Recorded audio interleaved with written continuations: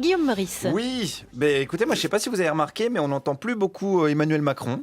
Il nous a gueulé dessus pendant toute la campagne avec des projets, des pas ça, pas ça. Il s'est cassé la voix pour en gagner, mais depuis plus rien du tout. D'autant plus paradoxal qu'il a un coach vocal, Emmanuel Macron. Je le sais, je l'ai rencontré. Il s'appelle Jean-Philippe Lafont et il est chanteur d'opéra, baryton plus exactement. Baryton, vous voyez ce que ça veut dire? Oui. Vous voyez Frédéric Fromet? Oui. Ben c'est pas ça. Ça n'a rien à voir.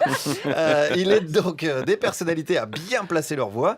Il avait déjà quelques références en politique. Il avait bossé avec qui avant, Jean-Philippe? Philippe Vigier, un centriste, puis aussi un autre, Arnaud Richard, très très bien, centriste aussi. Vous travaillez avec des centristes? Non, il y avait aussi la femme d'Yves Gégaud, qui est à la mairie de Paris. Centriste aussi. Voilà, donc Anne-Catherine Gégaud.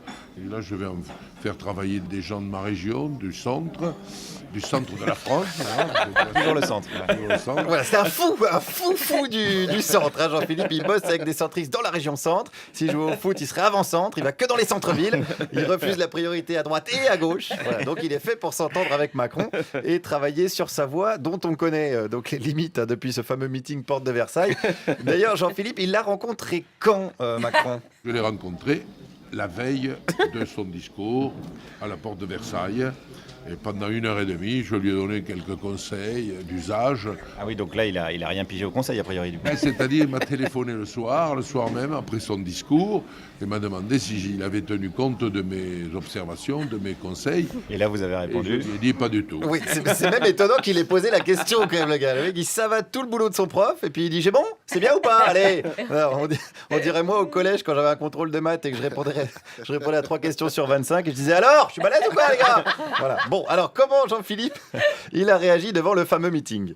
C'est-à-dire, j'étais un peu marié. Bon, j'étais Vous pas... avez saigné des oreilles un peu? Oui, j'ai trouvé ça un peu redoutable.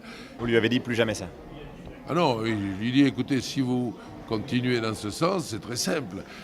Dans quelques jours, vous aurez cette voix-là, et puis quelques jours après, vous aurez cette voix-là, c'est-à-dire rien du tout. Ouais, et c'est là qu'on regrette que Jean-Philippe lui ait donné des conseils finalement. On aurait été débarrassé de Macron. Il aurait dû choisir moi comme coach. Moi, je lui aurais dit, c'est génial Manu ce que tu fais, vas-y, continue, faut que tu gueules encore plus. On va faire les meetings sans micro. Voilà, et je t'interdis de t'approcher d'une pastille Valda à moins de 500 mètres.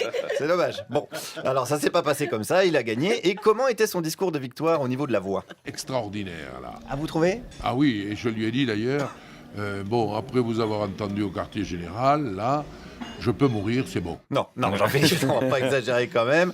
Il y a plein de moments pour mourir, mais pas celui-là. C'est vrai que j'entendais tout à l'heure Alex qui disait dis donc, ce Jean-Marc Mormec, c'est quand même pas une grosse baltringue. Voilà, ça c'est un bon moment, par exemple, pour mourir, mais pas après un discours de Macron. Alors après, c'est vrai qu'il en fait des caisses, Jean-Philippe. C'est un chanteur lyrique. Hein. En parlant de ça, quel personnage d'opéra il serait, Macron? Je le verrais bien Lohengrin, l'homme qui vient d'on ne sait pas où.